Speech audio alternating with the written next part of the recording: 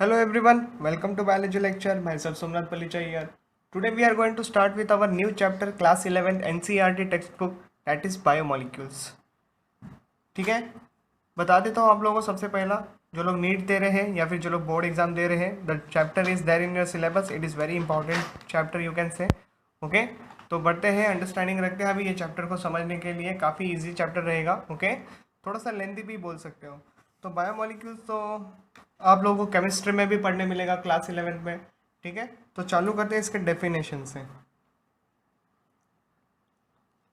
सबसे पहली बात डेफिनेशन क्या आती है. What is this. All cells have actually various types of the molecules, है कि नहीं, जिसको हम लोग कहते हैं लाइक हमारे फंक्शंस को कंट्रोल करते हैं वो सेल्स, हमारे टिश्यूज़ को कंट्रोल करते हैं, हमारे एक्टिविटीज सेलुलर एक्टिविटीज़ को कंट्रोल करते हैं. तो ऐसे सारे जो सब्सटेंस होते हैं वो सारी बातें हमारे बायोमोलिक्यूल्स के रिस्पेक्ट में होती है. ठीक है, तो क्या बोलेंगे हम लोग एक्चुअली. सी ऑल सेल्स है विच है, ऐसे बोल देते हैं, which are various types of molecules, okay, which perform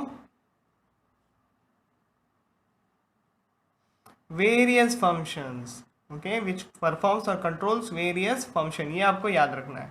ठीक है, this is what the simple definition.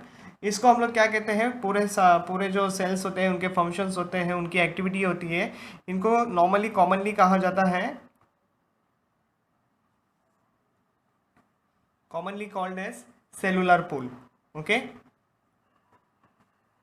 तो ये एक टर्म आपके सामने आ रहा है जो कि बहुत ज़्यादा इंपॉर्टेंट है. क्या है, बहुत ही ज़्यादा इंपॉर्टेंट है. तो अभी इसको समझते हैं what is this all those things. Okay, तो यहाँ पे before I entering into the main chapter, आप लोगों के लिए पहली बात, ये जो मॉलिक्यूल्स बात चल रही है ना, तो इनको कैटेगराइज कर देते हैं. ओके, सो मॉलिक्यूल की एक्चुअली दो कैटेगरी होती है. These are two categories are present, या फिर जनरली आप लोगों ने सुना भी रहेगा इसके दो टाइप्स के बारे में, राइट. एक होता है ऑर्गेनिक मॉलिक्यूल, एक होता है इनऑर्गेनिक मॉलिक्यूल. सही बात है. तो सबसे पहला जो स्क्रीन पर रख देते हैं उसको लिख देते हैं ऑर्गेनिक मॉलिक्यूल. ठीक है, so let's talk about this organic molecule. These examples can be, you can take very easily over here. आप लोगों को easily समझ में आ जाएगा. जैसे कि हम लोग लिखते हैं प्रोटीन, है ना, कार्बोहाइड्रेट, फिर हम लोग लिखते हैं फैट्स, उसके बाद क्या क्या आ जाता है, डीएनए आ जाएगा. ओके, उसके बाद आरएनए आ जाएगा, देन पॉलीसेकेराइड आ जाएगा. ओके, पॉलीसेकेराइड्स आ जाएंगे. इसके अलावा क्या क्या चीज़ें पॉसिबल है, लाइक तुम्हारा न्यूक्लिक एसिड, तो वो तो हो गया, डीएनए हो गया, आरएनए हो गया. उसके अलावा तुम्हारे न्यूक्लियोटाइड्स वगैरह जो सब्सटेंस होते हैं, वो सारी बातें. ठीक है, तो इतना काफ़ी आप लोगों के लिए आई थिंक एग्जाम्पल्स, इससे तुम लोग कंफर्टेबल रहोगे, है कि नहीं. सो प्रोटीन्स, फैट्स, लिपिड्स वगैरह, तो ये सारी बातें इसमें आ ही जाएंगी. So now this are actually carbon containing. Organic बोलेंगे तो दिमाग में रखने का carbon containing substance. Okay, that is what actually called as organic. Coming to the second category जिसको हम लोग कहते हैं इनऑर्गेनिक. इनऑर्गेनिक मॉलिक्यूल के बारे में बात करते हैं. So what is this actually inorganic molecule. तो एग्जांपल यहाँ पे लिख देते हैं हम लोग मिनरल्स. ओके, उसके बाद हम लोग लिख देंगे आयंस, वाटर. उसके अलावा you should know one more very important thing, that is, see very important note दे रहा हूँ मैं अभी आप लोगों के लिए. 17 minerals are essential for plants. Okay, and total you can say 24 minerals are essential for you can say animals. okay, तो ये हम लोग ज़्यादा डिटेल में पढ़ेंगे in the mineral and nutrition वाला चैप्टर जो कि आपका रहेगा क्लास 11 का. ठीक है, देखते हैं फिलहाल के लिए उसमें हम लोगों को कुछ कुछ चीज़ें जो है आपके बोर्ड में एलिमिनेट हो गई है. So let's see what in what way we can cover those chapters. Okay, क्या क्या चीज़ें एलिमिनेट हुई है वो सारी बातें ध्यान में रखते हुए आपका वीडियोस बनाना है, वो तो रहेगा ही. लेकिन साथ में अगर जो लोग कॉम्पिटेटिव एग्जाम्स के बारे में पढ़ रहे हैं, so according to that also we will be trying something new thing for you people. Okay, तो वो सारी तो बात की बातें हैं, पहले अभी हम लोग इसको समझ लेते हैं ठीक तरीके से. तो जैसे कि मैंने आप लोगों को बोला कि ये जो मिनरल्स एंड 2017 एंड 24 मिनरल्स के बारे में जो भी बात है, इसको हम लोग आगे जाके और डिटेल में पढ़ेंगे ही. Okay, let's proceed with the some extra you can say information के बारे में. जैसे कि अभी आप लोगों के सामने आया था सेलुलर पूल, है कि नहीं. क्या वर्ड आया था, सेलुलर पूल वाला वर्ड आया था. तो अभी ये जो वर्ड है इसको हम लोग डिफाइन करेंगे, मतलब इसको समझने की कोशिश करेंगे. एक्चुअली दिस आर एक्चुअली दो कंडीशन आप लोगों को यहाँ पे समझनी है। वन इज, यहाँ पे लिख देता हूँ, one is called acid soluble pool. क्या बोलेंगे हम लोग, एक होता है एसिड सॉल्युबल पूल, ठीक है, इसके अंदर मॉलिक्यूल्स होते हैं। मॉलिक्यूल जो होते हैं इनका मॉलिक्यूलर वेट जो होता है वो ऑलमोस्ट 18 टू यू कैन से 800 डाल्टन्स, इनका यूनिट होता है डाल्टन्स। ओके, क्या बोल रहा हूँ, एसिड सॉल्युबल पूल होता है जहाँ पे कुछ मॉलिक्यूल्स होते हैं जिनका मॉलिक्यूलर वेट ऑलमोस्ट 18 से लेके 800 डाल्टन तक होना चाहिए। इनको हम लोग कैटेगराइज करते हैं माइक्रो मॉलिक्यूल्स में। किसमें कैटेगराइज करते हैं, माइक्रो मॉलिक्यूल्स के अंदर कैटेगराइज करते हैं। This is very important, okay, very very important as per the like NEET as well as competitive exams as well as board point of view. तो ये आप लोगों को कंपलसरी समझना है। इनको समझने के लिए एग्जाम्पल दे देता हूँ मैं यहाँ पे, जैसे कि अमीनो एसिड्स हो गए, ओके, न्यूक्लियोटाइड्स हो जाएंगे। न्यूक्लियोटाइड्स में तो तुम लोग पढ़ोगे, या भी ये वाले चैप्टर में न्यूक्लियोटाइड्स क्या होता है, अमीनो एसिड्स क्या होता है, आप लोग ये सारी बातें डिटेल्स में करेंगे ही हम लोग, ठीक है। तो तभी आप लोगों को बहुत अच्छी तरीके से समझ में आ जाएगा। मोनोसैकेराइड्स होते हैं, ओके। उसके अलावा आप लोगों को लिपिड्स बोल सकते हो, ओके। लिपिड्स तो दोनों में आता है, मैक्रो में भी आता है एंड माइक्रो में भी आता है, ठीक है। तो this are actually the acid soluble pool होता है। तो ये एक कैटेगरी यहाँ पे आपकी खत्म हो गई है, ठीक है। अगर किसी ने पूछा what is acid soluble pool, सीधा सीधा बता देने का, उसमें ऐसे ऐसे मॉलिक्यूल्स होते हैं जिनका मॉलिक्यूलर वेट 18 से लेके 800 डाल्टन तक होता है, ओके। जैसे कि अमीनो एसिड्स हो गए, न्यूक्लियोटाइड्स हो गए, मोनोसैकेराइड्स हो गए, लिपिड्स हो गए, ओके। ऐसे ही आपके सामने दूसरी कैटेगरी खोलते हैं जिसको लिखते हैं एसिड इनसॉल्युबल पूल। क्या लिखेंगे हम लोग, एसिड इनसॉल्युबल पूल, ओके। यहाँ पे जो मॉलिक्यूल्स होते हैं उनका मॉलिक्यूलर वेट होता है लाइक मोर देन 10,000 डाल्टन्स। क्या होता है, मोर देन 10,000 डाल्टन्स तक होता है, ठीक है। ये एक बार समझ गया आपको कैटेगरी। तो अभी इसको समझने के लिए एग्जांपल मैं आप लोगों को दे देता हूँ। यहाँ पे हो सकते हैं प्रोटीन्स, है ना, यहाँ पे हो जाएंगे डीएनए, यहाँ पे हो जाएगा आरएनए यानी न्यूक्लिक एसिड के सिनारियो हो जाएंगे, पॉलीसैकेराइड्स आ जाएगा यहाँ पे, ओके।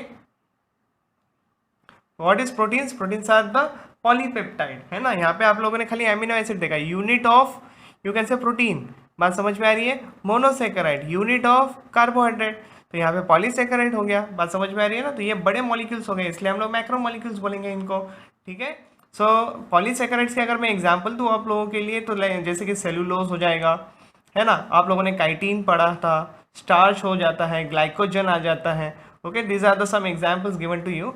और उसके बाद यहाँ पे लिपिड्स भी हम लोग इंक्लूड करेंगे, ओके। जैसे कि मैंने पहले बोला था, लिपिड दोनों जगह पे देखने मिलेगा, माइक्रो में भी एंड मैक्रो में भी आप लोगों को देखने मिलता है, ओके। तो ये बात आपको ध्यान में रखना है। दूसरी एक नोट दे देता हूँ आप लोगों को। नोट किसके रिस्पेक्ट में है, नोट्स है लिपिड के रिस्पेक्ट में, ओके। लिपिड्स का मॉलिक्यूलर जो वेट होता है वो है 800 Dalton's and it is insoluble in water.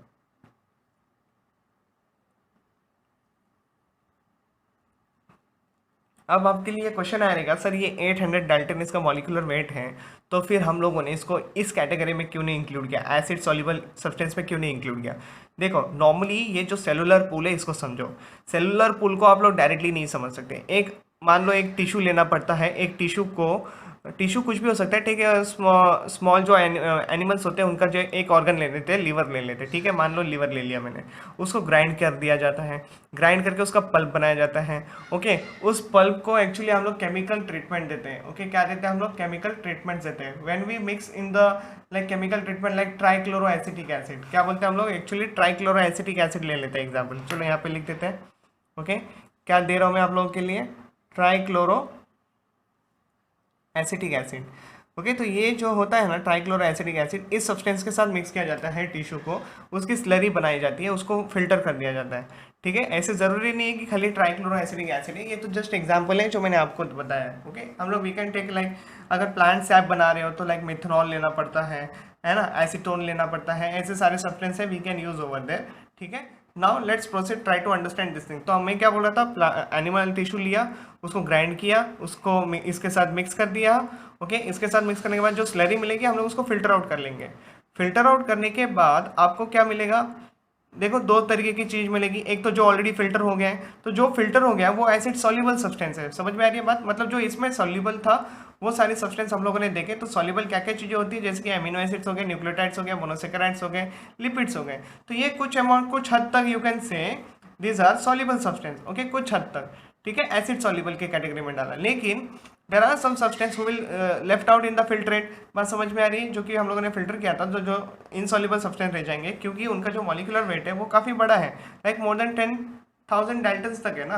तो वो क्या हो सकते हैं, वो प्रोटीन हो सकते हैं, वो डीएनए हो सकते हैं, वो आरएनए हो सकते हैं, पॉलीसेकेराइड्स हो सकते हैं, जैसे कि cellulose, chitin, glycogen and lipids also. लेकिन लिपिड का क्या सर बोल रहे हैं कि 800 डाल्टन तक है, फिर ये इनसॉल्युबल कैसे रह गया? बात समझ में आ रही है। यहाँ पे कुछ होता है जो एक्सेप्शनल केसेस होते हैं, लेकिन यहाँ पे सिनेरियो क्या है, यहाँ पे बताने की ये कोशिश कर रहा हूँ। ये जो एसिड हम लोग यूज़ करते हैं ना, वो actually dilute form of acid रहता है ना, मतलब इसमें वाटर की कंसिस्टेंसी ज़्यादा रहती है, तो डाइल्यूट होने के कारण वो इनसॉल्युबल हो जाता है लिपिड कंटेंट, इसलिए वो फिल्टर आउट कर दिया जाता है। बात समझ में आ गया। लेकिन वो फिल्टर आउट का मतलब वो किस में रह जाता है, वो इनसॉल्युबल सब्सटेंस में प्रेजेंट रहते हैं। किस में रहते हैं? इनसॉल्युबल सब्सटेंस में प्रेजेंट रहते हैं। आई बात समझ में आप लोगों को? Very simple to understand, okay. इतनी बातें अगर आप लोगों ने समझ गई हैं तो चलो बढ़ते हैं थोड़ा सा और इंट्रोडक्शन तो खत्म हो गया यहाँ पे। तो हम लोग अभी क्या करेंगे, सीधा सीधा प्रोटीन को डिस्क्राइब करना चालू करेंगे। तो सबसे पहला हम लोग क्या करेंगे, प्रोटीन से पढ़ना चालू करेंगे और फिर ऐसे ऐसे करके हमारा लेक्चर आगे बढ़ाएंगे, ठीक है। तो जैसे कि मैं बता रहा था, अभी हम लोग स्टार्ट किससे करेंगे, अमीनो एसिड से स्टार्ट करेंगे। What are this amino acid? Actually these are called as the units of proteins, okay. ये क्या होता है? तो यूनिट ऑफ प्रोटीन्स। तो ये आप लोगों के लिए एक बहुत बहुत बोल सकते हो कंपलसरी था, नोट था, ये बोल सकते हो आप लोग, ठीक है। इस तरीके से आप लोग समझोगे, क्योंकि many amino acid will come together, held together with the help of the peptide bond formation. और वो पेप्टाइड बॉन्ड जो भी फॉर्म होगा उसके वजह से ही पॉली पेप्टाइड बॉन्ड बनेगी, मतलब एक लंबी सी चेन बनेगी, और वही चेन आगे जाके कंडेंस्ड वगैरह होगी और आप लोगों को एक प्रोटीन का स्ट्रक्चर मिलेगा। डोंट वरी, अभी तो खाली मैं आपसे बात कर रहा हूँ। ये सारी चीज़ें जैसे जैसे हम आगे बढ़ेंगे आप लोगों के लिए और बेनिफिशियल हो जाएगा, आप लोग इजीली इसको समझ लोगे। तो एक्चुअली अमीनो एसिड जो होते हैं ना, this are actually called as the methane derivatives. क्या होते हैं ये? मीथेन डेरिवेटिव्स होते हैं, ठीक है। इतना समझने के बाद आप लोगों के लिए एक नोट देता हूँ। पूरे दुनिया में है ना, हमारे पास खाली 20 अमीनो एसिड्स हैं। कितने हैं? There are only 20 amino acids are present, only 20 amino acids, okay. और वो 20 अमीनो एसिड्स क्या है, अभी हम लोग उसके बारे में बात करेंगे, ओके। बिफोर दैट, यही जो 20 अमीनो एसिड्स है ना, ये हमारे लिए बोल सकते हो, हमारे लिए क्या करके देते हैं, ये हमारे लिए सारे बॉडी के जो प्रोटीन्स होते हैं ना, वही बनाने के लिए मदद करते हैं। मतलब ऐसे हो सकता है ना, कुछ अमीनो एसिड बार बार रिपीट कर जाए, दिस इज पॉसिबल, ओके। तो यही 20 अमीनो एसिड हमारे पूरे ओवरऑल बॉडी के जो भी प्रोटीन्स की रिक्वायर्ड होते हैं, जो भी सब्सटेंस हमारे बॉडी में है, चाहे हमारी स्किन ले लो, हमारे हेयर्स ले लो, है ना, हमारे एंजाइम्स ले लो, ये सारी बातें प्रोटीन्स के ही है। और सारे प्रोटीन्स हमारे ये खाली 20 अमीनो एसिड से ही बने हुए हैं, ओके। क्योंकि पूरी दुनिया में अभी तक खाली 20 अमीनो एसिड्स की ही डिस्कवरी हुई है, okay. Now let's try to understand some exceptions. Exceptions क्या है हमारे पास? ऑर्निथाइन करके एक नाम है, ये अमीनो एसिड्स हैं, ओके। Ornithine and histamine. तो ये जो दो है ना, ornithine and histamine, this are never participate in the protein synthesis, okay, never required for protein synthesis. ये आप लोगों को एक एक्सेप्शनल केस है जो याद रखना है। It is an important part, okay, it is an important, very very important to you. अभी क्या करते हैं हम लोग, अमीनो एसिड का स्ट्रक्चर समझ लेते हैं। अमीनो एसिड में क्या होता है?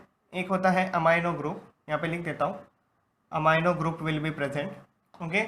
उसके बाद एक कार्बन, एक आर, एक COOH और एक रहेगा H। तो ये रहा एसिड ग्रुप, ओके। ये क्या है? Acid group. इसको हम लोग क्या बोलेंगे? Carboxyl group. क्या बोलेंगे? कार्बोक्सिल ग्रुप के नाम से इसको डिफाइन करते हैं, ठीक है। ये प्रेजेंट होना मतलब क्या? एसिडिक होना, एसिडिक नेचर होना, ठीक है, ओके। और ये अमीनो ग्रुप क्या है? तो ये बेसिक नेचर डिसाइड करेगा। ये क्या डिसाइड करेगा? Basic nature of amino acid का डिसाइड करेगा, ठीक है। कैसे डिसाइड करेगा अभी ये बता देता हूँ आप लोगों के लिए, ठीक है। So let's talk about this part. इसको थोड़ा सा और कंटिन्यू करते हैं, क्योंकि हम लोगों ने बात की ना, बेसिक वर्ड आ गया, एसिडिक वर्ड आ गया, तो एक न्यूट्रल वर्ड भी आएगा, ठीक है। तो उसके बेसिस पे हम लोग क्लासीफाई करेंगे। यहाँ पे मैं आप लोगों की हेडिंग डाल देता हूँ, क्लासीफाई कैसे करना है। देखो, amino group, is equal to COOH group, अगर ये दोनों इक्वल रहे, amino group is equal to COOH group, तो हम लोग इसको न्यूट्रल में डालेंगे। ओके, क्या नेचर रहेगा? न्यूट्रल नेचर रहेगा। ओके, न्यूट्रल नेचर वाले एग्जाम्पल क्या होते हैं हमारे पास? लाइक एग्जाम्पल अगर मैं दूँ आप लोगों के लिए, तो आ जाता है यहाँ पे ग्लाइसिन एंड सेरीन।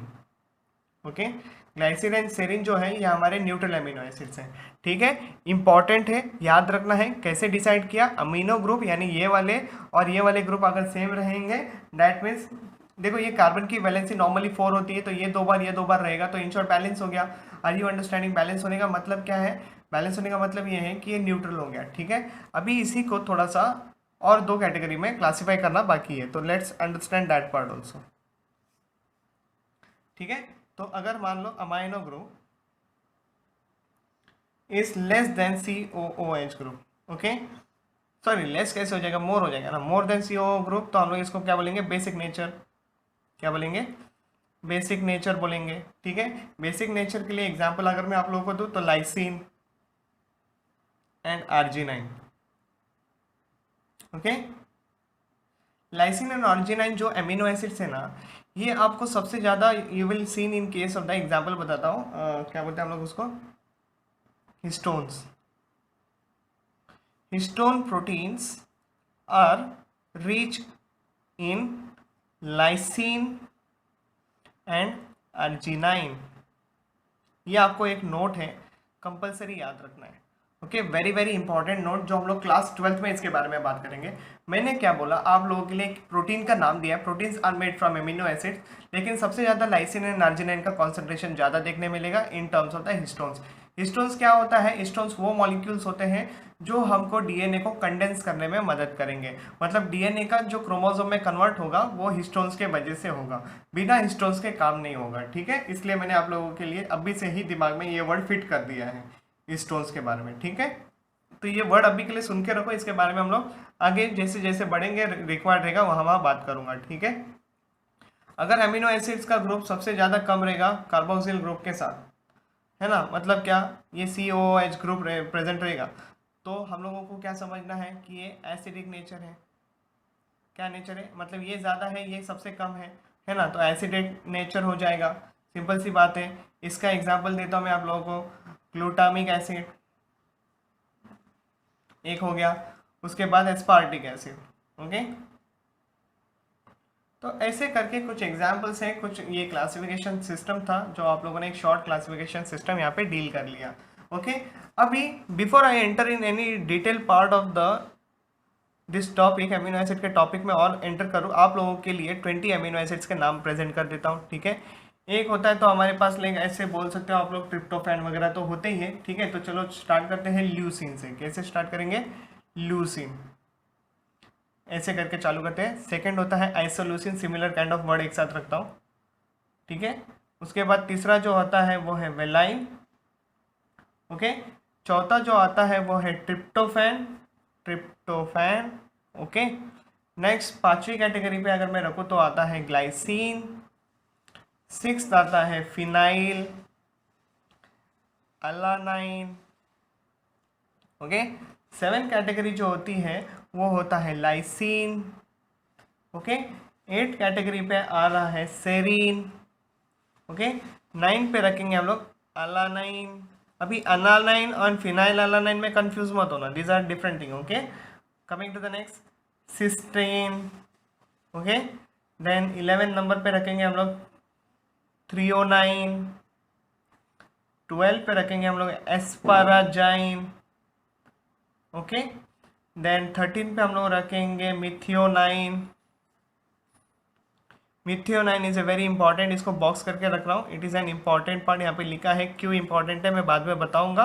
ओके, फिलहाल के लिए इंपॉर्टेंट है, इतना ध्यान रखो। ठीक है, नेक्स्ट, ऐसा नहीं है कि बाकी के इंपॉर्टेंट नहीं है, लेकिन सबसे ज़्यादा प्रायोरिटी मैं इसको दे रहा हूँ क्योंकि इसके बारे में कुछ बातें हैं जो हम लोग आगे जाके डिस्क्राइब करेंगे। ठीक है, तो 14 चल रहा था तो ग्लूटामिक एसिड, है ना, अभी आप लोगों ने इसके बारे में सुना। ठीक है, 15 नंबर पे रखेंगे हम लोग प्रोलीन। 16 पे रख देते हैं हम लोग ग्लूटामाइन। ओके, 17 पे रखेंगे एस्पार्टिक एसिड। ठीक है, 18 पे हम लोग रखेंगे Arginine, NINE, ठीक है। और 19 के लिए हम लोग रखेंगे टायरोसाइन, ओके। और 20 पे रखेंगे हिस्टीडाइन, ठीक है। तो ये तो आप लोगों ने समझ लिया यहाँ पे। तो इम्पॉर्टेंट था, ज़रूरी था ये 20 के 20 वर्ड आप लोगों के कान पे डालना, क्योंकि इम्पॉर्टेंट क्यों है, क्योंकि आप लोगों को क्लास 12th में जेनेटिक्स पढ़ना है। That is very important chapter. उस जेनेटिक टॉपिक्स में आप लोगों को सीखना है कि प्रोटीन सिंथेसिस कैसे होते हैं, ओके। उसके अलावा आप लोगों को क्लास 12th में जेनेटिक कोड्स के बारे में बताया जाएगा। जेनेटिक कोड्स क्या होते हैं, वो कोड क्या होते हैं, क्यों होते हैं, ये कोड इनके लिए होते हैं। ये 20 एमिनो एसिड्स के लिए कोड्स होते हैं। समझ में आई बात? ये 20 एमिनो एसिड्स ही हमारे बॉडी के प्रोटीन्स बनाते हैं, एंजाइम्स बनाते हैं, ओके। तो आप लोगों के लिए अभी बहुत अच्छी अपॉर्चुनिटी है, इन सारे वर्ड्स को दिमाग में फिट कर लो, ओके। फिट कर लो का मतलब क्या है, मैं ये नहीं बोल रहा हूँ कि रट्टा मारो, वो तो आगे जाके आप लोगों को ऑटोमेटिकली समझ में आ ही जाएगी बात, लेकिन एटलीस्ट वर्ड सुन के रखो, okay. That is what my priority over here, okay. आप लोगों को फेमिलियर करवा के देना कि यस, दुनिया में ये 20 अमीनो एसिड एग्जिस्ट करते हैं, इसी के वजह से हमारे प्रोटीन्स बनते हैं। दूसरा जो है यहाँ पे ये मिथियोनाइन वर्ड यूज़ किया गया है, इसको एक दिमाग में सबसे ज़्यादा टॉप प्रायोरिटी पे रखना, क्योंकि इसका बहुत ज़्यादा यूज़ है प्रोटीन सिंथेसिस में, ठीक है। तो ये क्या होगा, कैसे होगा, ये बात करेंगे। और एक जो बात हमारी यहाँ पे हुई इस पेपर पे, मतलब ये जो लेक्चर चल रहा था इसमें बात हुई, that is with respect to the amino acid group.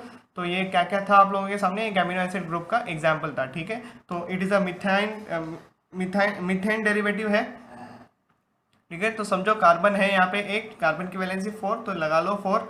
एक रहेगा R ग्रुप, एक रहेगा H ग्रुप, एक COOH और एक अमाइनो ग्रुप, ठीक है। कार्बोक्सिल ग्रुप कहते हैं, ओके। तो ये दोनों एसिडिक एंड बेसिक नेचर को डिसाइड करने के लिए मदद करते हैं, जो कि हम लोगों ने यहाँ पे डिस्क्राइब कर लिया था, ठीक है। So here I will stop with my lecture, मिलेंगे आपको नेक्स्ट लेक्चर से। तो चलो स्टूडेंट्स, अभी अमीनो एसिड का जो टॉपिक चल रहा है उसको थोड़ा और आगे बढ़ा लेके चलते हैं, ओके। तो ESSENTIAL, एसेंशियल अमीनो एसिड्स, इसको डिस्क्राइब करते हैं, ठीक है। ऐसे करके हम लोग 3 टाइप के अमीनो एसिड को डिस्क्राइब करेंगे, एक एसेंशियल अमीनो एसिड, एक नॉन एसेंशियल अमीनो एसिड और एक होता है सेमी एसेंशियल अमीनो एसिड, ठीक है। तो ऐसे करके हम लोग 3 कैटेगरी को डिवाइड करते हैं, मतलब एक्चुअली समझ लेते हैं, ठीक है। This should be like can not be produced by our body, okay, can not be produced by us, okay. ये एक वर्ड समझ में आ गया, मतलब हमारे बॉडी इसको नहीं बनाती, लेकिन ये हमारे खाने में होना चाहिए, तो must be present in our diet, present in our diet, okay. ये बहुत ज़्यादा ज़रूरी है। इसके एग्जाम्पल अगर मैं आप लोगों को बताऊं तो ये याद रखना बहुत ज़रूरी है, जैसे कि ट्रिप्टोफैन हो गया, अभी जस्ट हम लोगों ने वो लिस्ट देखी थी, राइट। फिर मिथियोनाइन, वेरी वेरी इंपॉर्टेंट है, okay. And next phenyl alanine, है ना। इसलिए मैं आप लोगों को बार बार वो 20 अमीनो एसिड्स के बारे में बात कर रहा था, क्योंकि ये बहुत ज़्यादा ज़रूरी है, ये सारे नाम्स आपको फेमिलियर होने चाहिए, आप लोगों को याद होने चाहिए, ठीक है। तो चलो बढ़ते हैं आगे, दूसरी कैटेगरी को ओपन कर लेते हैं, बड़ा इजी है, non essential amino acids, okay. तो अभी इसमें क्या होता है, see not present in our diet, सबसे पहली बात, okay. But produce by earth, okay. So but produce by us, and yes, it is required, it is required by us, okay, that is very very important. So example ले लो यहाँ पे glutamic acid, okay. Next example है aspartic acid, next इसका example है alanine, है ना। तो ये सारे एग्जाम्पल्स आ गए।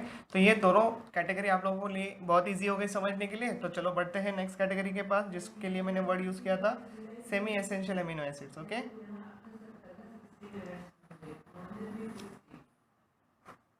तो ये सेमी एसेंशियल अमीनो एसिड्स को समझ लेते हैं। सेमी यानी देखो ऑलमोस्ट, क्योंकि ये एक पर्टिकुलर पीरियड तक ही चाहिए। सो पीरियड और during lactation, so this is only for the females you can say, okay. Period यानी मेंस्ट्रुएशन वगैरह जो पीरियड होता है वो वाला period, and lactation period, okay. तो जो अमीनो एसिड्स यहाँ पे जो सेमी एसेंशियल होते हैं उनका एग्जांपल अगर मैं दूँ आप लोगों को, तो हिस्टीडाइन, एक हो जाएगा और एक हो जाएगा Arginine। ओके, दूसरी बात, ये लोग कब चाहिए होते हैं, ये लोग हमको यहाँ, ये तो मैं आप लोगों को बता दिया। एक पॉइंट हमारा इसके लिए रह गया ना, सी ये क्या होता है, तो glutamic acid, aspartic acid, alanine वगैरह वगैरह तो बता दिया मैंने यहाँ पे आप लोगों के लिए। ओके, तो सारी पॉइंट तो यहाँ पे कवर हो गए। सो इसी का बाकी है, तो इसके लिए हम लोग लिख देते हैं this is required for the growth. Okay, required for growth period. ये भी एक बात है, हम लोगों को ग्रोथ होने के बाद हमको इनकी जरूरत नहीं रहती, ठीक है। So diet for the word has came over here, semi essential amino acids, ठीक है। तो here we had completed the one more sub topic of the amino acids, ठीक है। अभी जो आपके लिए सबसे इंपॉर्टेंट पार्ट लेके आ रहा हूँ उसको समझ लेते हैं। ओके, उसको समझ लेते हैं। That is how the peptide bond formation takes place. क्या बोल रहा हूँ, how the peptide bond formation take place. तो यहाँ पे चलो ट्राई करते हैं, एक ग्रुप बना देता हूँ H NH2, ये अमाइनो ग्रुप हो गया, ये कार्बोक्सिल ग्रुप हो गया, यहाँ पे COH ग्रुप एसिड ग्रुप लगा दिया, यहाँ पे R लगा दिया, ठीक है। अब यहाँ पे एक और चीज़ बनाता हूँ, देखो इसको किस तरीके से बना रहा हूँ, ये देखो NH2 देखो जैसे मैंने यहाँ पे रखा था वही है, और ये जो इसको मैं यहाँ पे लगा देता हूँ, H को ऊपर ले लेते हैं, R को यहाँ पे ले लेते हैं और इसको COH, ऐसे भी तो मैं लिख सकता हूँ ना। बात समझ में आ रही है। ऐसे लिखने के पीछे कारण क्या है, यहाँ से एक OH ग्रुप निकलेगा और यहाँ से H निकलेगा, तो ये निकल जाएगा -H2O बन के। आप लोग अभी इतने स्मार्ट तो है, आप लोग समझ जाओगे, ठीक है। अब बाकी की चीज़ें बची, उनमें बॉन्ड फॉर्मेशन हो जाएगा। अरे ये ना बात समझ में, तो कैसे बॉन्ड बनाओगे, देखो HC, ये NH2 यहाँ पे हो जाएगा, ये R यहाँ पे आ जाएगा, ठीक है। फिर तुम्हारा क्या बचा यहाँ पे CO ग्रुप और ये NH ग्रुप जो ऊपर है, तो राइट, तो ये NH लिख देते हैं हम लोग यहाँ पे, थोड़ा अच्छे से लिख देता हूँ। ओके, NH ग्रुप ये हो गया, और ये CH और ये R ग्रुप और ये COOH ग्रुप। समझ में आ रही है बात। तो ये जो इतना नया स्ट्रक्चर जो आप लोग देख रहे हो, इसी को हम लोग क्या कहते हैं, पेप्टाइड बॉन्ड कहते हैं। क्या कहते हैं, पेप्टाइड बॉन्ड। ओके, नहीं समझा, एकदम बेसिक स्ट्रक्चर बना के देता हूँ। मान लो ये एक अमीनो एसिड है, ये दूसरा अमीनो एसिड है, मान लो ये तीसरा अमीनो एसिड है, मान लो ये चौथा अमीनो एसिड है, तो चारों के बीच में एक कनेक्शन बनता है, एक कनेक्शन को पेप्टाइड बॉन्ड कहते हैं। तो ये रहा यहाँ पे उसका लेबलिंग। तो मान लो एक पेप्टाइड है, दो पेप्टाइड है, तीन पेप्टाइड है, यानी ये हो जाएगा ये ट्राईपेप्टाइड। ओके, ये प्रोटीन जो स्ट्रक्चर है इसको बोलेंगे हम लोग ट्राईपेप्टाइड। मान लो 3 अमीनो एसिड्स हैं, तो उनके बीच में 2 ही पेप्टाइड बॉन्ड बनेगा, तो डाइपेप्टाइड। 2 अमीनो एसिड होता, एक पेप्टाइड होता, तो बोलते हैं मोनोपेप्टाइड। ऐसे करके हमारा क्लासिफिकेशन सिस्टम भी होता है, ठीक है। तो यहाँ पे since the water is got release, इसको हम लोग कहते हैं डिहाइड्रेशन प्रोसेस। क्या प्रोसेस कहते हैं, डिहाइड्रेशन प्रोसेस कहते हैं। Okay, so very very important है, जो कि आप लोगों ने यहाँ पे समझ लिया है, ठीक है। अभी क्या है, आपके सामने एक एनसीईआरटी का छोटा सा एक्सप्लेनेशन रख रहा हूँ। तो ये रही एनसीईआरटी की बुक आपके लिए, पेज नंबर 145 एक्सट्रीमली इंपॉर्टेंट है। एक्सट्रीमली इंपॉर्टेंट का मतलब तो आप समझ ही गए रहेंगे, ठीक है। मतलब ये एग्जाम में पूछे जाने वाले पार्ट में से एक है। तो इसके ऊपर आप लोग जैसे कि काफ़ी सारा स्ट्रक्चर्स देख रहे हो, जैसे जैसे हम लोग पार्ट वाइज आगे बढ़ेंगे मैं आप लोगों को समझाते जाऊँगा। तो फिलहाल के लिए यहाँ पे मैं इतना ही पार्ट डिवाइड कर देता हूँ। इस पार्ट में आप लोग अगर देख पा रहे हो तो 3 डायग्राम रखे हुए हैं, एक है ग्लाइसिन, एक है अलानाइन, एक है सेरीन, है ना। तो देखो यहाँ पे एसिड ग्रुप है, यहाँ पे NH2 ग्रुप है, लेकिन यहाँ पे H है। ये 3 तो कांस्टेंट है, जो कि मेरे डायग्राम में भी दिख रहा है आप लोगों को। आ रही है ना बात समझ में। देखो R ग्रुप है, ठीक है। तो ये R ग्रुप देखो, अगर ये R ग्रुप तुम्हारा हो जाता है खाली H, तो ये हो जाएगा ग्लाइसिन। वेरी वेरी इंपॉर्टेंट है, इसको देखो ठीक तरीके से। अगर ये मान लो R की जगह पे हो जाएगा CH3 ग्रुप, तो ये हो जाएगा अलानाइन। अगर मान लो यहाँ पे प्राइमरी अल्कोहल लग गया, मतलब CH2OH लग गया, तो ये हो जाएगा सेरीन। ऐसे करके आपको ये 3 अमीनो एसिड कंपल्सरी दिमाग में रखने हैं। Very very important part. Okay, क्या है, वेरी इंपॉर्टेंट पार्ट। अभी जो मैं आप लोगों को बताने जा रहा हूँ वो तो बहुत ही ज़्यादा इंपॉर्टेंट है। इसको आप लोग अपने नोटबुक या फिर टेक्स्ट बुक में लिख लो, जिस तरीके से मैं अभी आप लोगों को लिख के दे रहा हूँ। तो this glycine is consider as a simplest amino acid.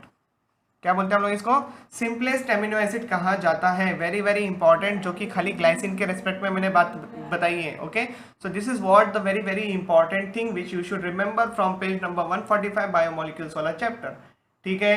इतनी बातें क्लियर हो गई आप लोगों को यहाँ पे, है ना। तो चलो देखते हैं थोड़ा और क्या क्या हमारे एनसीईआरटी में है जो हमको यहाँ पे पढ़ना ज़रूरी हो जाएगा, ठीक है। तो just give me a minute. Okay, अभी आपके लिए सामने स्क्रीन पे आ रहा है सेकंड पेज नंबर 143। 143 पे आप लोगों के लिए टेबल नंबर 9.1 इंपॉर्टेंट है। क्या बोल रहे हैं यहाँ पे? A comparison of elements present in non living and the living matter. NCERT पढ़ना तो बहुत जरूरी है, लेकिन अगर आप लोग ये टेबल्स जो एनसीईआरटी के हैं अगर ये नहीं पढ़ रहे तो बेटा बाद में बोलना मत कि सर यहाँ से क्वेश्चन आ रहे हैं और हम लोग आंसर करना भूल गए, हम लोग को पता ही नहीं था ये टेबल भी रेफर करना होता है करके। So this tables are nothing but bonus for those people who are preparing for the competitive like NEET, AIIMS, JIPMER वगैरह, उनके लिए तो है ही, लेकिन जो लोग बोर्ड के लिए भी कर रहे हैं उनके लिए भी यहाँ से लाइक 1 मार्क 2 मार्क के क्वेश्चन या फिर आप लोगों को थ्योरी आंसर्स लिखने के लिए भी ये पैराग्राफ, ये जो टेबल्स है ये बहुत इंपॉर्टेंट है, मदद करते हैं। ओके, सो एलिमेंट्स तो है यहाँ पे, एलिमेंट की लिस्ट दी हुई है और साथ में लिखा है percentage weight of the earth crust human body, मतलब ह्यूमन बॉडी में कितने अमाउंट में actually earth crust in the human bodies में प्रेजेंट है वो बताने की कोशिश की है। तो हाइड्रोजन जो है वो H से तो लिखते ही है। ओके, 0.14 एंड 0.5, बात समझ में आ रही है? ओके, तो non living and living, carbon की बात करें तो 0.03, वेरस सी लिविंग में 18.5, ऑक्सीजन 46.6, 65.5, ऐसे करके आप लोगों को समझना है। जो सबसे कम है वो है नाइट्रोजन। ओके, समझ में आ रही है बात? वेरी लिटिल 3.33 यहाँ पे, और दूसरा जो नेग्लिजिबल हमारे बॉडी में है that is a silicon. Okay, तो इस तरीके से आप लोग कंपेयर करना सीखो, you will understand very clearly. Okay, values को कंपेयर करो और इस टेबल को रीड करो। Okay, that is very very important table, इस तरीके से आपको समझना है।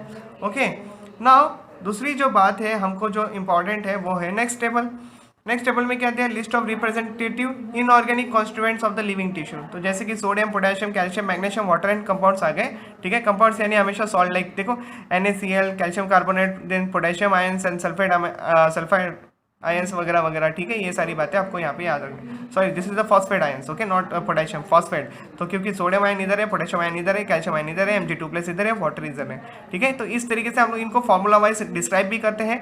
ये सिंपल सी बात है, देखो फिर भी एग्जाम में पूछी जाती है कि इसको मान लो कैल्शियम को किस तरीके से लिखते हैं। सबको तो पता है Ca2+ लिखते हैं, लेकिन फिर भी you should able to understand. Okay, जरूरी है ये समझना। ठीक है, इसके अलावा देखते हैं और क्या इंपॉर्टेंट है एनसीईआरटी में।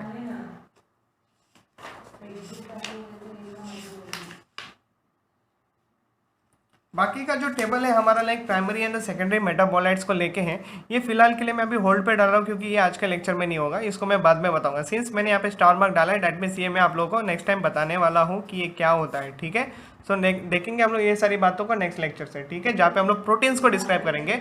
Since our today's topic that is amino acid part has been completed, NCERT पढ़ो, you will understand all the explanation part again and again very easily. Okay, चलो मिलते हैं आपको नेक्स्ट लेक्चर से।